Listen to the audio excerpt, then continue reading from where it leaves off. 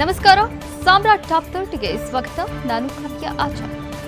ಮಾಲೀಕನಿಗೆ ಸಂಬಳ ಕೇಳಿದ್ದಕ್ಕೆ ಹೋಟೆಲ್ ಕಾರ್ಮಿಕನಿಗೆ ಮನಬಂದಂತೆ ಥಳಿಸಿರುವ ಘಟನೆ ಚಿಕ್ಕಮಗಳೂರಿನ ಕೊಪ್ಪ ತಾಲೂಕಿನ ಸೋಮಲಾಪುರ ನಿರ್ಜನ ಪ್ರದೇಶದಲ್ಲಿ ನಡೆದಿದೆ.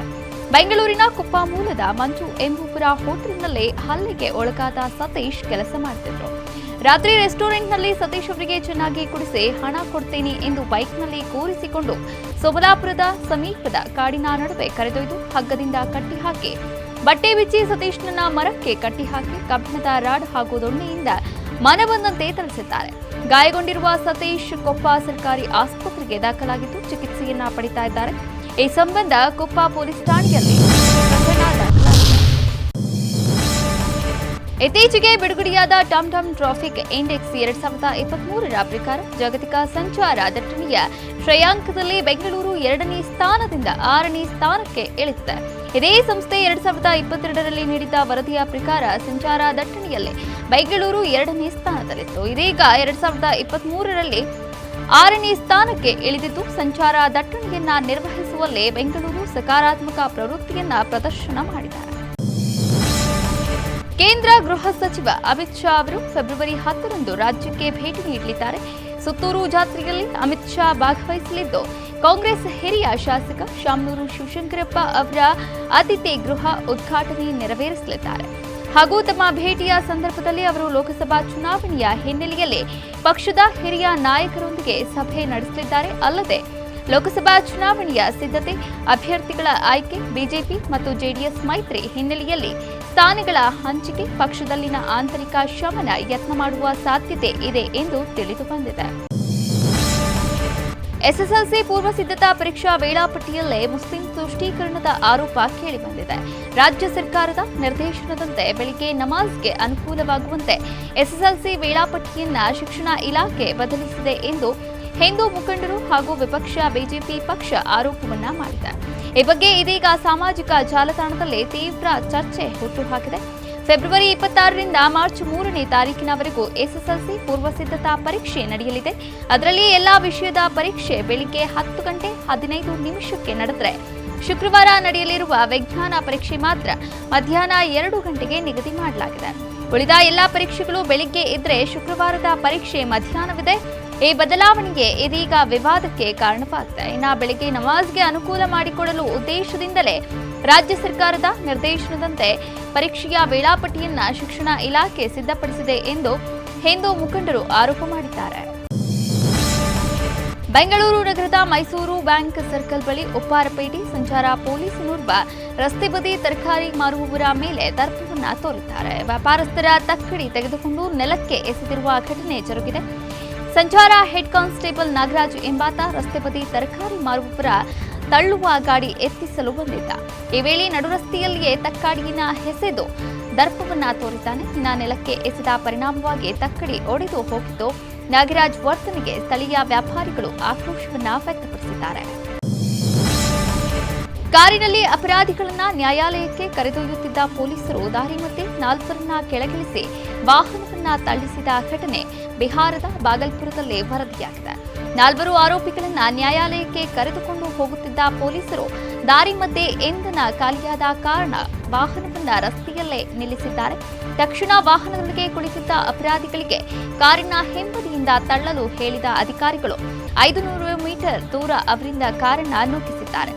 ಘಟನೆಯ ದೃಶ್ಯ ಸಾಮಾಜಿಕ ಜಾಲತಾಣಗಳಲ್ಲಿ ಸಖತ್ ವೈರಲ್ ಆಗಿದೆ.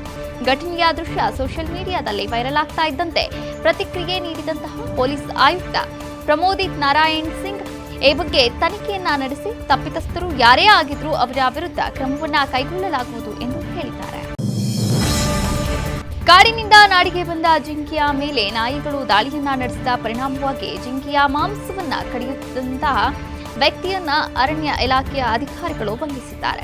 ನಂಜನಗೂಡು ತಾಲೂಕಿನ ಕೊತ್ತನಹಳ್ಳಿ ಗ್ರಾಮದ ಓಂಕಾರ್ ಅರಣ್ಯ ಪ್ರದೇಶದಲ್ಲಿ ಜಿಂಕೆಯೊಂದನ್ನ ನಾಯಿಗಳು ಬೇಟೆಯಾಡಿವೆ. ನಾಯಿಗಳ ದಾಳಿಗೆ ಜಿಂಕೆ ಬಲಿಯಾಗಿದ್ದು ನಾಯಿಗಳು ಬೇಟೆಯಾಡಿದಂತಹ ಜಿಂಕೆಯನ್ನ ಕೊತ್ತನಹಳ್ಳಿ ಗ್ರಾಮದ 48 ವರ್ಷದ ಗಣೇಶ್, 32 ವರ್ಷದ ಕೃಷ್ಣಪ್ಪ ಎಂಬುವರು ಮಾಂಸವನ್ನ ಕತ್ತರಿಸುತ್ತಿದ್ದ ವೇಳೆಯಲ್ಲೇ ಅರಣ್ಯ ಇಲಾಖೆಯ ಅಧಿಕಾರಿಗಳಿಗೆ ಸಿಕ್ಕಿಬಿದ್ದಿದ್ದಾರೆ. ಗಣೇಶ್ ಎಂಬಾತನನ್ನ ಬಂಧಿಸಲಾಗಿದ್ದು ಮತ್ತೋರ್ವ ವ್ಯಕ್ತಿ ಕೃಷ್ಣ ಸ್ಥಳದಿಂದ ಪರಾರಿಯಾಗಿದ್ದಾನೆ. ಅರಣ್ಯ ಇಲಾಖೆಯ ಅಧಿಕಾರಿಗಳು ಜಿಂಕೆಯ ಮಾಂಸ ಮತ್ತು ವ್ಯಕ್ತಿಯನ್ನ ವಶಕ್ಕೆ ಪಡೆದು ವಿಚಾರಣೆಯನ್ನ ನಡೆಸ್ತಾ ಇದ್ದಾರೆ. ಮಹಿಳಾ ಮತ್ತು ಮಕ್ಕಳ ಕಲ್ಯಾಣ ಇಲಾಖೆಯ ಸಚಿವೆ ಲಕ್ಷ್ಮೀ ಹೆಬ್ಬಾಳ್ಕರ್ ಅವರ ಮರಾಠಿ ಪ್ರೇಮ ಮತ್ತೆ ಮುಂದುವರೆದಿದ್ದು, ಬೆಳಗಾವಿ ನಗರದ ಕುವೆಂಪು ನಗರದಲ್ಲಿ ನಡೆದಂತಹ ಕಾರ್ಯಕರ್ತರ ಸಭೆಯಲ್ಲೇ ಲಕ್ಷ್ಮೀ ಹೆಬ್ಬಾಳ್ಕರ್ ಮರಾಠಿಯಲ್ಲಿ ಭಾಷಣ ಮಾಡಿದ್ದು, ಹಾಗೆ ಮಗ ಮೃಣಾಲ್ ಸ್ಪರ್ಧಿಸಿದ್ರೆ ನಾವೆಲ್ಲ ಮತ ಹಾಕುತ್ತೇವೆ ಅಂತ ಮರಾಠಿಗರಿಗೆ ತಿಳಿಸಿದ್ದಾರೆ. ಈ ವೇಳೆ ಲಕ್ಷ್ಮೀ ಹೆಬ್ಬಾಳ್ಕರ್ ಕಾರ್ಯಕರ್ತರಿಗೆ ಮರಾಠಿಯಲ್ಲಿಯೇ ಭಾಷಣವನ್ನ ಮಾಡಿದ್ದಾರೆ. ಲೋಕಸಭಾ ಚುನಾವಣೆಯಲ್ಲೇ ಮಗನಿಗೆ ಟಿಕೆಟ್ ಕೇಳೋದಿಲ್ಲ, ಹೈಕಮಾಂಡ್ ಟಿಕೆಟ್ ಕೊಟ್ರೆ ಪುತ್ರ ಸ್ಪರ್ಧೆಯನ್ನ ಮಾಡ್ತಾನೆ, ಟಿಕೆಟ್ ಕೇಳಲ್ಲ ಅಂತಾನೆ ಮಗನಿಗೆ ಬೆಂಬಲಿಸುವಂತೆ ಮನವಿ ಮಾಡಿದ್ದಾರೆ ಎಂದು ಹೇಳಲಾಗ್ತಾ ಇದೆ.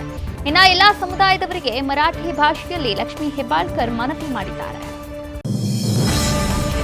ತಿರುಪತಿಯ ಶ್ರೀ ಕಾಳಹಸ್ತಿ ದೇವಸ್ಥಾನದಲ್ಲಿ 30 ರಷ್ಯನ್ ಪ್ರವಾಸಿಗರು ರಾಹುಕೇತುವನ್ನ ಪೂಜಿಸಿರುವ ಘಟನೆ ಬೆಳಕಿಗೆ ಬಂದಿದೆ. ರಷ್ಯಾದ ಪ್ರವಾಸಿಗರು ಒಂದು ದಿನ ಮುಂಚಿತವಾಗಿ ಶ್ರೀ ಕಾಳಹಸ್ತಿ ದೇವಸ್ಥಾನದಲ್ಲಿ ಈ ಪೂಜೆಯ ಬಗ್ಗೆ ಅಲ್ಲಿದ್ದ ವಿದ್ವಾಂಸರಿಂದ ತಿಳಿದುಕೊಂಡು ಮತ್ತು ನಂತರ ವಿಧಾನದ ಮೂಲಕ ಪೂಜೆಯನ್ನ ಸಲ್ಲಿಸಿದ್ದಾರೆ. ಸದ್ಯ ಈ ವಿಡಿಯೋ ಸೋಷಿಯಲ್ ಮೀಡಿಯಾದಲ್ಲಿ ಸಖತ್ ವೈರಲ್ ಆಗ್ತಾ ಇದೆ. ಎಲ್ಲಾ ಪ್ರವಾಸಿಗರು ಭಾರತೀಯ ಉಡುಗೆಯಲ್ಲಿ ಮತ್ತು ಮಂತ್ರಿಗಳ ಪಟ್ಟಣದೊಂದಿಗೆ ಪೂಜೆಯಲ್ಲಿ ಭಾಗಿಯಾಗಿದ್ದಾರೆ. ಲೋಕಸಭಾ ಚುನಾವಣೆಯಲ್ಲಿ ಮಂಡ್ಯ ಲೋಕಸಭಾ ಕ್ಷೇತ್ರದಿಂದ ಸುಮಲತಾ ಅವರಿಗೆ ಟಿಕೆಟ್ ನೀಡುವಂತೆ ನಾನು ಕೇಳಿರುವುದರಲ್ಲಿ ತಪ್ಪೇನೂ ಕಾಣಿಸ್ತಿಲ್ಲ ಅಂತ ಮಾಜಿ ಸಚಿವ ಕೆಸಿ ನಾರಾಯಣಗೌಡ ಅವರು ಸಮರ್ಥಿಸಿಕೊಂಡಿದ್ದಾರೆ. ಪಟ್ಟಣದಲ್ಲಿ ನಡೆದಂತಹ ಬಿಜೆಪಿ ಕಾರ್ಯಕಾರಿಣಿ ಸಭೆಯಲ್ಲಿ ಮಾತನಾಡಿದಂತಹ ಅವರು, ಕಳೆದ ವಿಧಾನಸಭಾ ಚುನಾವಣೆಯಲ್ಲಿ ಸಂಸದೆ ಸುಮಲತಾ ಅವರು ನಮ್ಮ ಕ್ಷೇತ್ರಕ್ಕೆ ಬಂದು ನನ್ನ ಪರವಾಗಿ ಚುನಾವಣಾ ಪ್ರಚಾರ ಮಾಡಿದ್ದಾರೆ. ಹೀಗಾಗಿ ನಾನು ಅವರಿಗೆ ಬೆಂಬಲ ನೀಡುವುದರಲ್ಲಿ ತಪ್ಪೇನಿಲ್ಲ ಎಂದು ಸಮರ್ಥನೆ ಮಾಡಿಕೊಂಡಿದ್ದಾರೆ. ಸಾಮಾಜಿಕ ಜಾಲತಾಣದಲ್ಲಿ ಕೈಗೊಂಡಿರುವಂತಹ ನನ್ನ ತೆರಿಗೆ ನನ್ನ ಹಕ್ಕು ಅಭಿಯಾನ ಎಕ್ಸ್ನಲ್ಲಿ ಟ್ರೆಂಡಿಂಗ್ ಆಗಿದೆ. ಕೇಂದ್ರ ಸರ್ಕಾರದ ಭಾಷಾ ಸವಾರಿ, ಸಾಂಸ್ಕೃತಿಕ ಸವಾರಿ, ರಾಜಕೀಯ ಸವಾರಿ, ಆರ್ಥಿಕ ಸವಾರಿಯನ್ನ ಸಹಿಸಿಕೊಳ್ಳಲು ಕನ್ನಡಿಗರು ಕತ್ತೆಗಳಲ್ಲ, ಸಿಡಿದೇಳುವ ಸಿಂಹಗಳು ಎಂದು ರಾಜ್ಯದ ಆಡಳಿತಾರೂಢ ಕಾಂಗ್ರೆಸ್ ಪಕ್ಷ ಬಿಜೆಪಿ ನೇತೃತ್ವದ ಕೇಂದ್ರ ಸರ್ಕಾರದ ವಿರುದ್ಧ ಆಕ್ರೋಶ ವ್ಯಕ್ತವಾಗಿದೆ. ಬೆಂಗಳೂರಿನ ಕೊತ್ತನೂರು ಬಳಿಯ ಬಿಳಿ ಶಿವಾಲಯ ಬಳಿ ಫೆಬ್ರವರಿ 2ರಂದು ರಾತ್ರಿ 11:30 ಸುಮಾರಿಗೆ ಈ ಘಟನೆ ನಡೆದಿದ್ದು, ಮಹಿಳೆಯ ಮನೆಗೆ ರಾತ್ರಿ ಬಂದಂತಹ ದುಷ್ಕರ್ಮಿಗಳು ಮನೆ ಮೇಲೆ ದಾಳಿ ನಡೆಸಿ ಕಿಟಕಿ ಗಾಜು ಪುಡಿ ಮಾಡಿದ್ದಾರೆ. ಅಷ್ಟೇ ಅಲ್ಲದೆ 2 ಕಾರಿನ ಗಾಜು ಬೈಕ್ ಅನ್ನ ಕೂಡ ಜಖಂಗೊಳಿಸಿದ್ದಾರೆ. ಮೂಲಗಳ ಪ್ರಕಾರ ಶರಣ್ ಎಂಬುವರ ಜೊತೆ ಮಹಿಳೆ ಆತ್ಮೀಯವಾಗಿದ್ದು, 2ನೇ ತಾರೀಕು ಮಾಲ್ನಲ್ಲಿ ಶರಣ್ ಹಾಗೂ ಆ ಮಹಿಳೆ ಜೊತೆಯಲ್ಲಿದ್ದು, ಇದನ್ನ ಗಮನಿಸಿದಂತಹ ಶರಣ್ ಫ್ಯಾಮಿಲಿಯವರು ಶರಣ್ ಜೊತೆ ಮಾಲ್ನಲ್ಲಿ ಇದ್ದದಕ್ಕೆ ಮಹಿಳೆಯ ಮನೆ ಮೇಲೆ 2 ವ್ಯಕ್ತಿಗಳು ಹಾಗೂ ಓರ್ವ ಮಹಿಳೆ ದಾಳಿ ಮಾಡಿದ್ದಾರೆ ಎಂದು ಆರೋಪ ಮಾಡಲಾಗಿದೆ. ಈ ಬಗ್ಗೆ ಕೊತ್ತನೂರು ಪೊಲೀಸ್ ಠಾಣೆಯಲ್ಲಿ ಸಂತ್ರಸ್ತ ಮಹಿಳೆ ದೂರನ್ನ ನೀಡಿದ್ದಾರೆ. ದೂರು ಪಡೆದು ಎಫ್ಐಆರ್ ದಾಖಲಿಸಿ ಕೊತ್ತನೂರು ಪೊಲೀಸರು ಈ ಘಟನೆ ಬಗ್ಗೆ ತನಿಖೆ ಕೈಗೆತ್ತಿಕೊಂಡಿದ್ದಾರೆ. ಈ ವರ್ಷ ರಾಜ್ಯದಲ್ಲಿ ವಾಡಿಕೆಯ ಪ್ರಮಾಣದಲ್ಲಿ ಮಳೆಯಾಗಿಲ್ಲ. ಮುಂಗಾರು ಮತ್ತು ಹಿಂಗಾರು ಮಳೆ ಕೈಕೊಟ್ಟಿದ್ದರಿಂದ ನಾಡಿನ ಜಲಾಶಯಗಳಲ್ಲಿ ನೀರು ದಿನದಿಂದ ದಿನಕ್ಕೆ ಕಡಿಮೆಯಾಗ್ತಾ ಇದೆ. ಹಾಗೆ ಅಂತರ್ಜಲ ಮಟ್ಟ ಕೂಡ ಕುಸಿತಾ ಇದೆ. ಇದರಿಂದ ಕುಡಿಯುವ ನೀರಿಗೆ ಪರದಾಡುವಂತಾಗಿದ್ದು, ಜಲಮಂಡಳಿಗಳು ವಾರ 15 ದಿವಸಕ್ಕೊಮ್ಮೆ ಕುಡಿಯುವ ನೀರನ್ನ ಬಿಡುತ್ತಿವೆ. ಅಲ್ಲದೆ ಬೆಂಗಳೂರಿನ ಹಲವೆಡೆ ಇರುವಂತಹ ಶುದ್ಧ ಕುಡಿಯುವ ನೀರಿನ ಘಟಕಗಳಿಗೆ ಬೇಗವನ್ನ ಹಾಕಲಾಗುತ್ತಿದೆ. ಯಶವಂತಪುರ, ಕೆಂಗೇರಿ ಸುತ್ತಮುತ್ತಲಿನ ಶುದ್ಧ ಕುಡಿಯುವ ನೀರಿನ ಘಟಕಗಳನ್ನು ಬಂದ್ ಮಾಡಲಾಗಿದೆ. ಅನಧಿಕೃತವಾಗಿ ಟ್ಯಾಂಕರ್ ಮೂಲಕ ನೀರು ಸರಬರಾಜು ಮಾಡಲಾಗುತ್ತಿದೆ ಎಂಬ ಆರೋಪ ಕೇಳಿಬಂದ ಹಿನ್ನೆಲೆಯಲ್ಲಿ ಖಾಸಗಿ ಶಾಲಾ ವಾಹನಗಳ ಬಳಿಕ ನೀರಿನ ಟ್ಯಾಂಕರ್ಗಳಿಗೆ ಸಂಚಾರ ಪೊಲೀಸರು ಬಿಸಿ ಮುಟ್ಟಿಸಿದ್ದಾರೆ. ಸಂಚಾರ ನಿಯಮ ಉಲ್ಲಂಘಿಸಿದ ನೀರಿನ ಟ್ಯಾಂಕರ್ಗಳ ವಿರುದ್ಧ ವಿಶೇಷ ಕಾರ್ಯಾಚರಣೆಯನ್ನ ನಡೆಸಿರುವಂತಹ ನಗರ ಸಂಚಾರ ಪೊಲೀಸರು ಜನವರಿ 30ರಂದು 595 ಪ್ರಕರಣವನ್ನ ದಾಖಲಿಸಿ 3,33,500 ರೂಪಾಯಿ ದಂಡವನ್ನು ಸಂಗ್ರಹ ಮಾಡಿದ್ದಾರೆ. ಸಮವಸ್ತ್ರ ಧರಿಸದೆ ಚಾಲನೆಯ ವಿರುದ್ಧ 252 ಪ್ರಕರಣಗಳನ್ನು ದಾಖಲಿಸಿ 12,600 ರೂಪಾಯಿ ದಂಡ, ಸೀಟ್ ಬೆಲ್ಟ್ ಧರಿಸದೆ ಇರುವುದಕ್ಕೆ 40 ಪ್ರಕರಣಗಳು 20,000 ರೂಪಾಯಿ ದಂಡ, ನೋ ಎಂಟ್ರಿ 134 ಕೇಸ್ 67,000 ರೂಪಾಯಿ ದಂಡ, ದೋಷಪೂರಿತ ನಂಬರ್ ಪ್ಲೇಟ್ 48 ಪ್ರಕರಣಗಳು 24,000 ರೂಪಾಯಿ ದಂಡ ವಸೂಲಿ ಮಾಡಲಾಗಿದೆ. ಹಾಗೆಯೇ ಲೇನ್ ಶಿಸ್ತು ಉಲ್ಲಂಘಿಸಿದ 6 ಪ್ರಕರಣಗಳಲ್ಲಿ 3,000 ರೂಪಾಯಿ, ಹಾಗೆ ನಿಲುಗಡೆ ನಿಷೇಧ 64 ಪ್ರಕರಣ 64,000 ರೂಪಾಯಿ, ಫುಟ್ಪಾತ್ ಪಾರ್ಕಿಂಗ್ 4 ಪ್ರಕರಣ 4,000 ರೂಪಾಯಿ, ಕರ್ಕಶ ಹಾರ್ನ್ 13 ಪ್ರಕರಣ 6,500 ರೂಪಾಯಿ ದಂಡವನ್ನು ಹಾಕಲಾಗಿದೆ.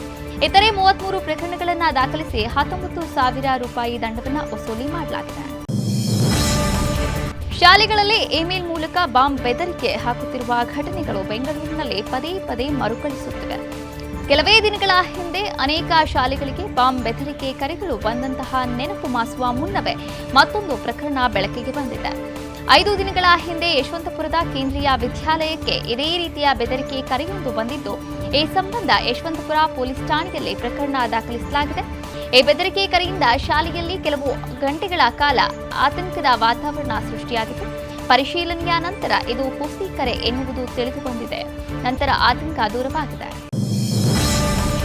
ದಕ್ಷಿಣ ಭಾರತವನ್ನ ಪ್ರತ್ಯೇಕ ರಾಷ್ಟ್ರ ಮಾಡಬೇಕೆಂಬ ಹೇಳಿಕೆ ನೀಡಿ ಇಕ್ಕಟ್ಟಿಗೆ ಸಿಲುಕಿದ್ದ ಕಾಂಗ್ರೆಸ್ ಸಂಸದ ಡಿಕೆ ಸುರೇಶ್ ಅವರ ವಿರುದ್ಧ ವ್ಯಾಪಕ ಟೀಕೆ ವ್ಯಕ್ತವಾಗಿದ್ದು, ಬಿಜೆಪಿ ಯುವ ಮೋರ್ಚಾ ಕಾರ್ಯಕರ್ತರು ಬೆಂಗಳೂರಿನಲ್ಲಿರುವ ಸುರೇಶ್ ನಿವಾಸಕ್ಕೆ ಮುತ್ತಿಗೆ ಹಾಕಲು ಯತ್ನಿಸಿದರು. ಇದರ ಬೆನ್ನಲ್ಲೇ ದೇಶ ವಿಭಜನೆ ಆಗಬೇಕೆಂದು ನಾನೆಲ್ಲೂ ಹೇಳಿಯೇ ಇಲ್ಲ, ನನ್ನ ಹೇಳಿಕೆಯನ್ನ ತಿರುಚುವಂತಹ ಕೆಲಸವನ್ನ ಬಿಜೆಪಿ ಮಾಡ್ತಾ ಇದೆ ಅಂತ ಸಂಸದ ಸುರೇಶ್ ಆರೋಪ ಮಾಡಿದ್ದಾರೆ. ರಾಯಚೂರಿನಲ್ಲಿ ಸಣ್ಣ ನೀರಾವರಿ ಸಚಿವ ಎನ್ಎಸ್ ಬಸವರಾಜ್, ಆರ್ ಅಶೋಕ್ ಮತ್ತು ವಿಜಯೇಂದ್ರ ವಿರುದ್ಧ ಕಿಡಿಕಾರಿದ್ದಾರೆ. ಕರ್ನಾಟಕ ರಾಜ್ಯದ ಜನರ ಹೊಸ ದೃಷ್ಟಿಗಾಗಿ ಕೆಲಸ ಮಾಡೋದಾದ್ರೆ ಯಾವುದೇ ಪಕ್ಷ ಆಗಿರಲಿ, ವಿರೋಧ ಪಕ್ಷದವರು, ಸಂಸದರು ಇರಬಹುದು, ಎಲ್ಲರೂ ಸೇರಿ ಕಷ್ಟದಲ್ಲಿ ಇರುವಂತಹ ರೈತರಿಗೆ, ಬಡ ಜನರಿಗೆ ಅನುಕೂಲ ಮಾಡಬೇಕು. ರಾಜಕೀಯ ಮಾಡಬಾರದು. ಬಿಜೆಪಿಯವರು ರಾಜಕೀಯ ಮಾಡ್ತಿದ್ದಾರೆ ಎಂದು ಹೇಳಿದ್ದಾರೆ. ನಿಗೂಢ ಕೆಲಸಕ್ಕಾಗಿ ಮಂಗಳೂರಿನಿಂದ ಬೆಂಗಳೂರಿಗೆ ಹೊರಟಿದ್ದ ಯುವಕರ ತಂಡವೊಂದು ಸೆರೆಯಾಗಿದೆ. ಅನುಮಾನಾಸ್ಪದವಾಗಿ ನಡೆ ಕಂಡುಬಂದ ಹಿನ್ನೆಲೆಯಲ್ಲಿ ಧರ್ಮಸ್ಥಳ ಪೊಲೀಸರು ಕಾರ್ಯಾಚರಣೆಯನ್ನ ನಡೆಸಿ ಗ್ಯಾಂಗ್ ವಶಕ್ಕೆ ಪಡೆದು ವಿಚಾರಣೆಯನ್ನ ನಡೆಸಿದಾಗ ಅಕ್ರಮ ಸಿಮ್ಗಳ ಸಾಗಾಟ ಬಯಲಿಗೆ ಬಂದಿದೆ. ಐವರಿದ್ದಂತಹ ಯುವಕರ ತಂಡ 42 ಅಕ್ರಮ ಸಿಮ್ಗಳನ್ನ ಬೆಂಗಳೂರಿಗೆ ಸಾಗಿಸುತ್ತಿದ್ದಾಗ ದಕ್ಷಿಣ ಕನ್ನಡ ಜಿಲ್ಲೆಯ ಬೆಳ್ತಂಗಡಿ ತಾಲೂಕಿನ ಧರ್ಮಸ್ಥಳ ಪೊಲೀಸರ ಬಲೆಗೆ ಬಿದ್ದಿದೆ. ಫೆಬ್ರವರಿ 1ನೇ ತಾರೀಕಿನಂದು ನೆರೆಯ ಗ್ರಾಮದಲ್ಲಿ ಯುವಕರನ್ನ ಬಂಧಿಸಿ ಸಿಮ್ಗಳನ್ನ ಜಪ್ತಿ ಮಾಡಲಾಗಿದೆ. 20 ವರ್ಷದ ರಮೀಜ್, 24 ವರ್ಷದ ಅಕ್ಬರ್ ಅಲಿ, 22 ವರ್ಷದ ಮೊಹಮ್ಮದ್ ಮುಸ್ತಫಾ ಹಾಗೆ 27 ವರ್ಷದ ಮೊಹಮ್ಮದ್ ಸಾದಿಕ್ ಬಂಧಿತ ಆರೋಪಿಗಳಾಗಿದ್ದಾರೆ. ಈ ಪ್ರಕರಣದಲ್ಲಿ 17 ವರ್ಷದ ಅಪ್ರಾಪ್ತ ಬಾಲಕನು ಕೂಡ ಸಿಲುಕಿದ್ದಾನೆ. ಆರೋಪಿ ಅಕ್ಬರ್ ಅಲಿ ದುಬೈನಲ್ಲಿ ಇದ್ದಾಗ ಬೇರೆಯವರ ಹೆಸರಿನಲ್ಲಿ ನಕಲಿ ದಾಖಲೆಯನ್ನ ಕೊಟ್ಟು ಸಿಮ್ ಖರೀದಿ ಮಾಡಿದ್ದ. 2 ವರ್ಷಗಳ ಕಾಲ ದುಬೈನಲ್ಲಿದ್ದ ಈತ 4 ತಿಂಗಳ ಹಿಂದೆ ಊರಿಗೆ ಮರಳಿದ್ದ. ವಿದೇಶದ ನಂಟು ಇರೋದ್ರಿಂದ ಪೊಲೀಸರು ತೀವ್ರ ವಿಚಾರಣೆಯನ್ನ ನಡೆಸಿದ್ದಾರೆ. ಮಂಡ್ಯ ಕ್ಷೇತ್ರದ ಮೈತ್ರಿ ಟಿಕೆಟ್ಗಾಗಿ ಬಿಜೆಪಿ ಹಾಗೂ ಜೆಡಿಎಸ್ ನಡುವೆ ಬಿಗ್ ಫೈಟ್ ಏರ್ಪಾಡಾಗಿದೆ. ಇತ್ತ ಕಾಂಗ್ರೆಸ್ ಅಭ್ಯರ್ಥಿಯಾಗಿ ಬಹುತೇಕ ಖಚಿತವಾಗಿದೆ ಎನ್ನಲಾಗಿದ್ದು, ಸ್ಟಾರ್ ಚಂದ್ರು ಅಲಿಯಾಸ್ ವೆಂಕಟರಮಣ ಗೌಡಗೆ ಟಿಕೆಟ್ ನೀಡುವ ಸಾಧ್ಯತೆ ಕೂಡ ಇದೆ. ಇನ್ನು ರಾಜಕೀಯ ಹಿನ್ನೆಲೆಯಲ್ಲಿ ಸ್ಟಾರ್ ಚಂದ್ರು ಅವರನ್ನ ಮಂಡ್ಯಕ್ಕೆ ಪರಿಚಯಿಸಲು ವೇದಿಕೆ ಸಿದ್ಧವನ್ನ ಮಾಡಲಾಗುತ್ತಿದೆ ಎನ್ನಲಾಗಿದೆ. ಚಿಕ್ಕಬಳ್ಳಾಪುರದಲ್ಲಿ ಸ್ಪರ್ಧಿಸಲು ಮಾಜಿ ಪ್ರಧಾನಿ ದೇವೇಗೌಡ ಹಾಗೂ ಕುಮಾರಸ್ವಾಮಿ ಒಪ್ಪಿಗೆ ಸೂಚಿಸಿದ್ದಾರೆ ಎಂದು ಮಾಜಿ ಸಚಿವ ಸುಧಾಕರ್ ಹೇಳಿದ್ದಾರೆ. ಚಿಕ್ಕಬಳ್ಳಾಪುರ ಲೋಕಸಭಾ ಕ್ಷೇತ್ರದಿಂದ ಸ್ಪರ್ಧೆ ಮಾಡಲು ಜೆಡಿಎಸ್ನಿಂದ ಒಪ್ಪಿಗೆ ಸಿಕ್ಕಿದೆ. ಹೀಗಾಗಿ ಬಿಜೆಪಿ ನಾಯಕರು ಟಿಕೆಟ್ ನೀಡುವ ವಿಶ್ವಾಸ ಕೂಡ ಇದೆ. ಈಗಾಗಲೇ ಕೆಲಸ ಮಾಡಲು ತಿಳಿಸಿದ್ದಾರೆ. ನಾನು ಸಂಸದನಾದರೆ ಕ್ಷೇತ್ರದ ಅಭಿವೃದ್ಧಿಯ ಕುರಿತು ಗಮನವನ್ನ ಹರಿಸುತ್ತೇನೆ. ಕೃಷಿ, ನೀರಾವರಿ, ಕೈಗಾರಿಕೆಗಳ ಸ್ಥಾಪನೆ, ಯುವಕರಿಗೆ ಉದ್ಯೋಗ ಕೊಡಿಸುವ ಮೂಲಕ ಅಭಿವೃದ್ಧಿ ಕಾರ್ಯವನ್ನ ಮಾಡ್ತೇನೆ. ಈ ನಿಟ್ಟಿನಲ್ಲಿ ದೇವಮೂಲೆ ಚಾಕ್ವೇಲ್ ಮೂಲಕ ಚುನಾವಣಾ ಪ್ರಚಾರವನ್ನ ಆರಂಭಿಸಿದ್ದೇನೆ ಎಂದು ಹೇಳಿದ್ದಾರೆ. ಪಕ್ಷ ತೊರೆದು ಕಾಂಗ್ರೆಸ್ಗೆ ವಲಸೆ ಹೋಗಿದ್ದ ಮಾಜಿ ಉಪಮುಖ್ಯಮಂತ್ರಿ ಹಾಗೂ ಹಾಲಿ ಶಾಸಕ ಲಕ್ಷ್ಮಣ್ ಸವದಿ ಅವರನ್ನ ಬಿಜೆಪಿಗೆ ವಾಪಸ್ ಕರೆತಂದು ಬೀದರ್ ಲೋಕಸಭಾ ಕ್ಷೇತ್ರದ ಕಣಕ್ಕೆ ಇಳಿಸುವಂತೆ ಬಗ್ಗೆ ಚಿಂತನೆಯನ್ನ ನಡೆಸಲಾಗಿದೆ. ಈ ಸಂಬಂಧಪಟ್ಟಂತೆ ಬಿಜೆಪಿ ನಾಯಕರು ಸವದಿ ಅವರಿಗೆ ಪ್ರಸ್ತಾಪವನ್ನ ರವಾನೆ ಮಾಡಿದ್ದಾರೆ. ಮನವೊಲಿಸುವ ಪ್ರಯತ್ನವನ್ನ ಕೂಡ ನಡೆಸಿದ್ದಾರೆ ಎಂದು ವಿಶ್ವಸನೀಯ ಮೂಲಗಳು ತಿಳಿಸಿವೆ. ಕಾಂಗ್ರೆಸ್ ವಿರುದ್ಧ ನರೇಂದ್ರ ಮೋದಿ ಪರೋಕ್ಷವಾಗಿ ವಾಗ್ದಾಳಿಯನ್ನ ನಡೆಸಿದ್ದಾರೆ. ಸ್ವಾತಂತ್ರ್ಯದ ನಂತರ ವರ್ಷಗಟ್ಟಲೆ ಅಧಿಕಾರದಲ್ಲಿದ್ದವರ ಪವಿತ್ರ ಪೂಜಾ ಸ್ಥಳಗಳ ಮಹತ್ವವನ್ನ ಅರ್ಥ ಮಾಡಿಕೊಳ್ಳದೆ ರಾಜಕೀಯ ಲಾಭಕ್ಕಾಗಿ ತಮ್ಮದೇ ಸಂಸ್ಕೃತಿ ಮತ್ತು ಇತಿಹಾಸದ ಬಗ್ಗೆ ನಾಚಿಕೆ ಪಡುವ ಪ್ರವೃತ್ತಿ ಪ್ರಾರಂಭಿಸಿದರು. ಯಾವುದೇ ದೇಶದಲ್ಲಿ ಈ ರೀತಿ ಮಾಡಲು ಸಾಧ್ಯವಿಲ್ಲ. ಇತಿಹಾಸವನ್ನ ನಿರ್ಲಕ್ಷಿಸುವ ಮೂಲಕ ಪ್ರಗತಿ ಸಾಧಿಸಲಾಗದು ಎಂದು ಗುವಾಹಟಿ ನಡೆದಂತಹ ರ್ಯಾಲಿಯಲ್ಲಿ ವಾಗ್ದಾಳಿಯನ್ನ ನಡೆಸಿದ್ದಾರೆ. ಸತ್ತ ನಾಟಕವಾಡಿದ ಬಾಲಿವುಡ್ ನಟಿ ಪೂನಂ ಪಾಂಡೆ ಮತ್ತು ಆಕೆಯ ಮ್ಯಾನೇಜರ್ ವಿರುದ್ಧ ಮುಂಬೈ ಪೊಲೀಸರು ಎಫ್ಐಆರ್ ದಾಖಲು ಮಾಡಿದ್ದಾರೆ. ಗರ್ಭಕಂಠ ಕ್ಯಾನ್ಸರ್ ಕುರಿತಾಗಿ ಜಾಗೃತಿ ಮೂಡಿಸುವುದಕ್ಕೋಸ್ಕರ ತಾನು ಸತ್ತಿರುವುದಾಗಿ ಮ್ಯಾನೇಜರ್ ಮೂಲಕ ಸುದ್ದಿ ಮಾಡಿಸಿದ್ದ ಬಾಲಿವುಡ್ ನಟಿ ಪೂನಂ ಪಾಂಡೆ ವಿರುದ್ಧ ವ್ಯಾಪಕ ಟೀಕೆ ವ್ಯಕ್ತವಾಗುತ್ತಿದೆ. ಗರ್ಭಕಂಠ ಕ್ಯಾನ್ಸರ್ ಕುರಿತಂತೆ ಜಾಗೃತಿ ಮೂಡಿಸುವುದಕ್ಕಾಗಿ ವಾಮಮಾರ್ಗ ಹಿಡಿದಿರುವ ಬಾಲಿವುಡ್ ನಟಿ ಕಾಂಟ್ರವರ್ಸಿ ಕ್ವೀನ್ ಪೂನಂ ಪಾಂಡೆಯನ್ನ ಅರೆಸ್ಟ್ ಮಾಡಬೇಕು ಎಂದು ಅಭಿಮಾನಿಗಳು ಮತ್ತು ಸಾರ್ವಜನಿಕರು ಆಕ್ರೋಶವನ್ನ ವ್ಯಕ್ತಪಡಿಸಿದ್ದಾರೆ. ಜೊತೆಗೆ ಸೋಷಿಯಲ್ ಮೀಡಿಯಾದಲ್ಲಿ ಬಾಯ್ಕಾಟ್ ಪೂನಂ ಪಾಂಡೆ ಟ್ರೆಂಡ್ ಶುರುವಾಗಿದೆ. ಇನ್ನು ಈ ಬೆನ್ನಲ್ಲೇ ಪೂನಂ ವಿರುದ್ಧ ಸೂಕ್ತ ಕಾನೂನು ಕ್ರಮ ಕೈಗೊಳ್ಳುವಂತೆ ಮಹಾರಾಷ್ಟ್ರ ಶಾಸಕ ಸತ್ಯಜಿತ್ ತಾಂಬೆ ಮುಂಬೈ ಪೊಲೀಸರಿಗೆ ಸೂಚನೆ ಕೊಟ್ಟಿದ್ದಾರೆ. ಟೆಸ್ಟ್ ಕ್ರಿಕೆಟ್ನಲ್ಲಿ ಆಕ್ರಮಣಕಾರಿ ಆಟದ ಮೂಲಕ ಪಂದ್ಯದ ಫಲಿತಾಂಶ ಬದಲಾಯಿಸುವುದಕ್ಕೆ ಹೆಸರುವಾಸಿಯಾದ ಕ್ರಿಕೆಟ್ ರಣನೀತಿಯೊಂದಿಗೆ ಇಂಗ್ಲೆಂಡ್ ತಂಡ ವೈಜಾಗ್ ಟೆಸ್ಟ್ ಪಂದ್ಯ ಗೆದ್ದುಕೊಳ್ಳುತ್ತದೆ ಎಂದು ಕ್ರಿಕೆಟ್ ಪಂಡಿತರು ಲೆಕ್ಕಾಚಾರ ಮಾಡಿದರು. ಗೆಲ್ಲಲು 399 ರನ್ಗಳ ಅಸಾಧ್ಯದ ಗುರಿ ಬೆನ್ನತ್ತಿದ್ದ ಇಂಗ್ಲೆಂಡ್ ತಂಡ ನಿರೀಕ್ಷೆಯಂತೆ ಆಕ್ರಮಣಕಾರಿ ಆಟವಾಡಿತಾದರೂ ಕೂಡ ರೋಹಿತ್ ಶರ್ಮಾ ಸಾರಥ್ಯದ ಟೀಂ ಇಂಡಿಯಾ ಪಂದ್ಯದ 4ನೇ ದಿನ ಪ್ರವಾಸಿ ಪಡೆಯ ಅಬ್ಬರಕ್ಕೆ ಬ್ರೇಕ್ ಹಾಕಿದೆ. ತನ್ನನ್ನ ಜೈಲಿಗೆ ಹಾಕಿದ್ರೂ ದಿಲ್ಲಿ ಸರ್ಕಾರದ ಶಾಲೆ ನಿರ್ಮಾಣ ಹಾಗೂ ಜನರಿಗೆ ಉಚಿತ ಚಿಕಿತ್ಸೆ ಒದಗಿಸುವಂತಹ ಅಭಿವೃದ್ಧಿ ಕಾರ್ಯಗಳು ಮುಂದುವರಿಯಲಿವೆ ಎಂದು ದಿಲ್ಲಿ ಮುಖ್ಯಮಂತ್ರಿ ಅರವಿಂದ್ ಕೇಜ್ರಿವಾಲ್ ಹೇಳಿದ್ದಾರೆ. ರಾಮ ಮಂದಿರ ನಿರ್ಮಾಣದ ವಿಷಯವನ್ನ ಮನಸ್ಸಿನಲ್ಲಿ ಇಟ್ಟುಕೊಂಡು ಯಾರೂ ಕೂಡ ಮತವನ್ನ ಚಲಾಯಿಸಬಾರದು ಎಂದು ಕಾಂಗ್ರೆಸ್ ಸಂಸದ ಶಶಿ ತರೂರ್ ಹೇಳಿಕೆ ನೀಡಿದ್ದಾರೆ. ಮಾಧ್ಯಮಗಳೊಂದಿಗೆ ಈ ಕುರಿತು ಪ್ರತಿಕ್ರಿಯೆ ನೀಡಿದ ಅವರು, ರಾಮ ಮಂದಿರ ನಿರ್ಮಾಣ ಆಗಿದೆ, ಬಿಜೆಪಿಯು ಇನ್ನು ಎಷ್ಟು ವರ್ಷಗಳ ಕಾಲ, ಎಷ್ಟು ದಿನಗಳ ಕಾಲ ಅಂದ್ರೆ ನೀವು ಅದರ ಬಗ್ಗೆ ಮಾತನಾಡಲು ಸಾಧ್ಯ ಎಂದು ಅವರು ಪ್ರಶ್ನೆಯನ್ನ ಮಾಡಿದ್ದಾರೆ. ಜನರನ್ನ ತಮ್ಮ ಬಗ್ಗೆ ಯೋಚಿಸುವಂತೆ ಮಾಡಬೇಕಿದೆ ಎಂದು ನುಡಿದಂತಹ ಶಶಿ ತರೂರ್ ಅವರು, ನಮ್ಮ ಜನಜೀವನ ಈ ಸರ್ಕಾರದಿಂದ ಎಷ್ಟು ಸುಧಾರಿಸಿದೆ ಎಂದು ಮತದಾರರು ಯೋಚಿಸಬೇಕು. ಅವರಿಗೆ ಉದ್ಯೋಗ ದೊರಕಿದೆಯೇ, ಈ ಸರ್ಕಾರದಿಂದ ಯಾವುದಾದ್ರೂ ಪ್ರಯೋಜನವಾಗಿದೆಯೇ ಎಂದು ತರೂರ್ ಅವರು ನುಡಿದಿದ್ದಾರೆ. ಸಿರಿಯಾ, ಯೆಮೆನ್ ಮತ್ತು ಇರಾಕ್ನಲ್ಲಿ ಇರಾನಿನ ಪ್ರಾಕ್ಸಿಗಳನ್ನು ಅಮೆರಿಕ ಗುರಿಯಾಗಿಸಿಕೊಂಡಿದೆ. ಆದರೆ ಪುಟಿನ್ ಈ ದಾಳಿಯ ನಂತರ ಕ್ರಮಕ್ಕೆ ಬಂದಿದ್ದಾರೆ. ಇರಾನ್ ಕೂಡ ಯುದ್ಧ ಸನ್ನದ್ಧ ಮೋಡ್ಗೆ ಪ್ರವೇಶ ಮಾಡಿದೆ. ಶೀಘ್ರದಲ್ಲೇ ಪುಟಿನ್ ಪೂರ್ಣ ಶಕ್ತಿಯೊಂದಿಗೆ ಅರಬ್ ಯುದ್ಧ ಭೂಮಿಯನ್ನ ಪ್ರವೇಶ ಮಾಡಬಹುದು ಎಂದು ಆತಂಕ ವ್ಯಕ್ತಪಡಿಸಲಾಗಿದೆ.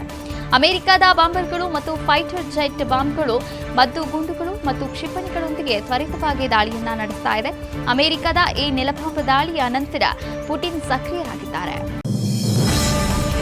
ಬಿಜೆಪಿಯವರು ನಮ್ಮ ಸರ್ಕಾರದ ಗ್ಯಾರಂಟಿಗಳನ್ನ ಮೊದಲು ಟೀಕೆ ಮಾಡಿ ಈಗ ನಮ್ಮ ಗ್ಯಾರಂಟಿ ನೋಡಿಕೊಂಡು ಮೋದಿ ಗ್ಯಾರಂಟಿ ಎಂದು ಮಾತನಾಡ್ತಿದ್ದಾರೆ ಎಂದು ಬಿಜೆಪಿ ವಿರುದ್ಧ ಸಿಎಂ ಸಿದ್ದರಾಮಯ್ಯ ವಾಗ್ದಾಳಿ ನಡೆಸಿದ್ದಾರೆ. ವಿಧಾನಸೌಧದ ಗ್ರ್ಯಾಂಡ್ ಸ್ಟೆಪ್ನಲ್ಲಿ ನಡೆದಂತಹ 100 ಅಶ್ವಮೇಧ ಕ್ಲಾಸಿಕ್ ಬಸ್ ಲೋಕಾರ್ಪಣೆ ಕಾರ್ಯಕ್ರಮದಲ್ಲಿ ಮಾತನಾಡಿದ ಸಿದ್ದರಾಮಯ್ಯ ಅವರು ಬಿಜೆಪಿಯ ವಿರುದ್ಧ ವಾಗ್ದಾಳಿಯನ್ನ ನಡೆಸಿದರು. ತೆಲುಗು ಚಿತ್ರರಂಗದಲ್ಲಿ ಕೆಲವು ದೊಡ್ಡ ಪ್ರಾಜೆಕ್ಟ್ಗಳನ್ನ ಬಾಚಿಕೊಂಡಿರುವಂತಹ ದೀಕ್ಷಿತ್ ಶೆಟ್ಟಿ ಕನ್ನಡ ಸಿನಿಮಾಗಳಲ್ಲಿ ನಟಿಸುವುದು ಬಿಟ್ಟಿಲ್ಲ. ತೆಲುಗಿನ ದಸರಾ, ರಶ್ಮಿಕಾ ಮಂದಣ್ಣ ಅವರ ಜೊತೆಗೆ ಗರ್ಲ್ ಫ್ರೆಂಡ್ ಸಿನಿಮಾಗಳಲ್ಲಿ ನಟಿಸಿರುವ ದೀಕ್ಷಿತ್ ಶೆಟ್ಟಿ ನಟಿಸಿರುವಂತಹ ಕನ್ನಡ ಸಿನಿಮಾ ಕೆಟಿಎಂನ ಟೀಸರ್ ಈ ಹಿಂದೆ ಬಿಡುಗಡೆಯಾಗಿ ಸಖತ್ ಗಮನವನ್ನ ಸೆಳೆದಿತ್ತು. ಇದೀಗ ಈ ಸಿನಿಮಾದ ಹೊಸ ಹಾಡೊಂದು ಬಿಡುಗಡೆಯಾಗಿದೆ. ಸಿನಿಮಾಕ್ಕೆ ನವೀನ್ ಛಾಯಾಗ್ರಹಣ, ಅರ್ಜುನ್ ಕಿಟ್ಟು ಸಂಕಲನವಿದೆ. ಹಾಗೆ ಉಡುಪಿ, ಮಂಗಳೂರು, ಕಾರ್ಕಳ, ಬೆಂಗಳೂರು ಸುತ್ತಮುತ್ತ ಕೆಟಿಎಂ ಸಿನಿಮಾದ ಚಿತ್ರೀಕರಣವನ್ನ ಮಾಡಲಾಗಿದೆ. ಇದೇ ಫೆಬ್ರವರಿ 16ರಂದು ಸಿನಿಮಾ ರಾಜ್ಯಾದ್ಯಂತ ಬಿಡುಗಡೆಯಾಗುತ್ತದೆ. ಇದಾಗಿತ್ತು ಈ ಕ್ಷಣದ ಪ್ರಮುಖ ಸುದ್ದಿಗಳು. ನಿರಂತರ ಸುದ್ದಿಗಳಿಗಾಗಿ ನೋಡ್ತಾ ಇರಿ ಸಾಮ್ರಾಟ್ ಟಿವಿ. ಇದು ನೊಂದವರ ಧ್ವನಿ.